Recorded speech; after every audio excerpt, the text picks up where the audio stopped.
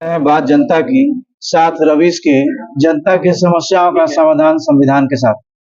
हमारे साथ इस वक्त बहुत ही चर्चित उम्मीदवार, उजियारपुर लोकसभा के बिहार सरकार के पूर्व मंत्री, पूर्व सांसद, बहुत ही बहुत ही लोकप्रिय उम्मीदवार आलोक मेहता जी इस समय हमारे साथ हैं। आइए उनसे जानते हैं क्या हो रहा है बिहार के इस चुनावी समर में। नमस्कार भैया, आपके हमारे चैनल पर आपका स्वागत है। धन्यवाद। कैसा लग रहा है इस बार, क्या स्थिति रहेगी उजियारपुर की? मैंने जहाँ तक आभास का मानना है तो मैं प्रयासों के आधार पर कोई बयान नहीं देना चाहता।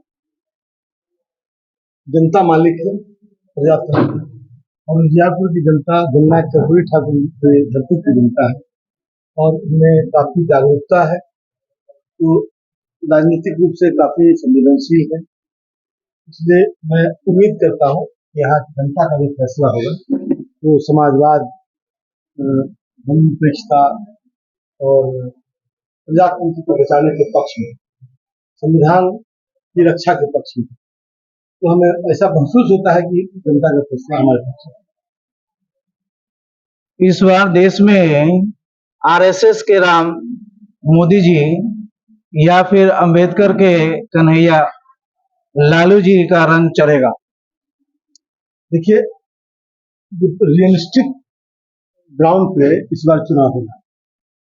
आवाम इन जेनेटिक बातों के प्रति अब बहुत संवेदनशील नहीं। तो अब रियलिस्टिक बात क्या है? बेरोजगार हुआ कि नहीं, बेरोजगारी का इंडेक्स कितना, गरीबी का इंडेक्स का क्या है, देश की अर्थव्यवस्था धूल चाट रही है, रिजर्व बैंक बिल्कुल अनकंफर्टेबल है। प्रधानमंत्री तो कह रहे हैं मुझे वोट दीजिए, मैं काशी कॉरिडोर बनाऊंगा। नहीं, मैंने प्रधानमंत्री जो वोट मांग रहे हैं वो पिछली बार किस बात पर उन्होंने वोट मांगा? पिछली बार वोट मांगने का आधार क्या था? 2014 में उनके वोट मांगने का आधार क्या था, याद है आपको ना?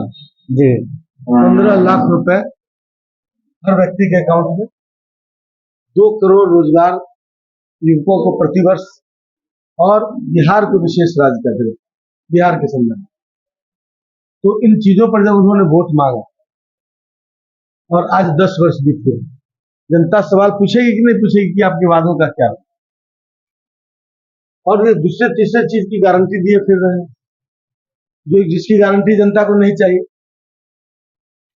5 किलो अनाज तो कांग्रेस सरकार में शुरू हुआ और उसके साथ साथ तेल और चीनी भी हुआ करता था, महज 3 रुपए प्रति किलो के हिसाब से उसका दर था। और सिर्फ उसको माफ करके,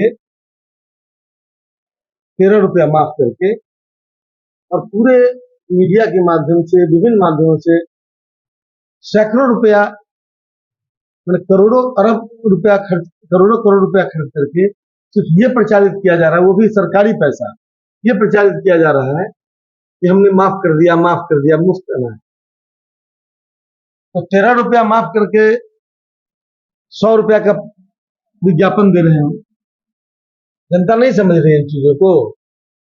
कौन सी सरकार है, किस सरकार में ये स्कीम लागू हुआ, और आगे जो सरकार आएगी वो वेलफेयर की गवर्नमेंट सोच रखती है, तो निश्चित रूप से हमारे नेता तेजस्वी प्रसाद यादव ने कहा कि 1 करोड़ रोजगार, 1 करोड़ नौकरी, सरकारी नौकरी, पकौड़ा तलने वाला रोजगार नहीं, सरकारी नौकरी, और उसके बाद जो है 10 किलो अनाज हम जनता को दें।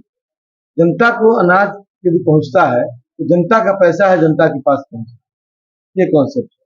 लेकिन उसको किसी भी तरह से राजनीतिक रूप से भजाने की जो कोशिश है वो बेमानी है।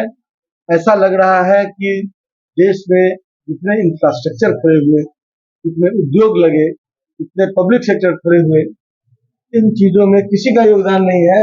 मोदी जी डेंटिंग पेंटिंग करके और उसको अपना क्रेडिट लेने की कोशिश कर, बल्कि जितने भी पब्लिक सेक्टर है उनको धीरे धीरे डिसइन्वेस्ट करके प्राइवेट सेक्टर में बनाया जा रहा है। आरक्षण खत्म करने का ये नया तरीका निकाला गया। प्रधानमंत्री ने कहा यदि प्राइवेट सेक्टर में चला जाएगा पब्लिक सेक्टर तो आरक्षण खत्म, क्योंकि प्राइवेट सेक्टर में आरक्षण नहीं है। तो ये अप्रत्यक्ष रूप से वो सारा काम कर रहे हैं जो बीजेपी का आरएसएस का हिडन एजेंडा था। जनता इन बातों को समझने लगी है। हम साधुवाद देते हैं अपने अवाम को, मतदाता मालिकों को, जिन्होंने अंबेडकर साहब के प्रासंगिकता को आज बना के रखा है। और आज वोट यहाँ पर प्रज्ञात्मक धरती पर अंबेडकर साहब द्वारा बनाए गए संविधान के मतलब के छेड़छाड़ के विषय पर और उन्हें बदलने के इशू पर आज मतदान की संभावना बन गई है। इसलिए हम अपने महान मतलब जो मतदाता मालिक हैं उनके प्रति हम कृतज्ञता व्यक्त करते हैं कि उन्होंने समय रहते इन बातों को समझ लिया। मोदी जी कहते हैं कि मैं मरते दम तक SC ST OBC का आरक्षण समाप्त नहीं होने दूंगा। मरते दम तक क्या होता है? जिंदगी भर रहेंगे क्या प्रधानमंत्री? लेकिन मतलब ये बातें उन्होंने इस तरह की बातें इलेक्शन के पहले करी थी ना। मैंने बताया आपको कि उनके वादों का क्या हुआ पहले। जो वादा उन्होंने पहले किया उसको पूरा नहीं किया, तो अब कौन वादा करेंगे? मरते दम तक ये नहीं करूंगा, मरते दम तक वो नहीं करूंगा। ये देश है 10 वर्ष चलाने के बाद आपसे हिसाब मांग रहा है। आप उसको गफलत में नहीं डाल सकते। जनता सजग। बहुत बहुत धन्यवाद आपका। आप देख रहे हैं बात जनता की, साथ रवीश के। ये थे हमारे पूर्व मंत्री जी।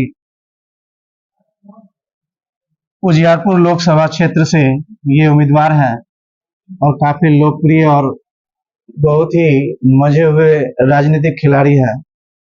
हर बात का जवाब इन्होंने बड़े अच्छे तरीके से दिया है। धन्यवाद।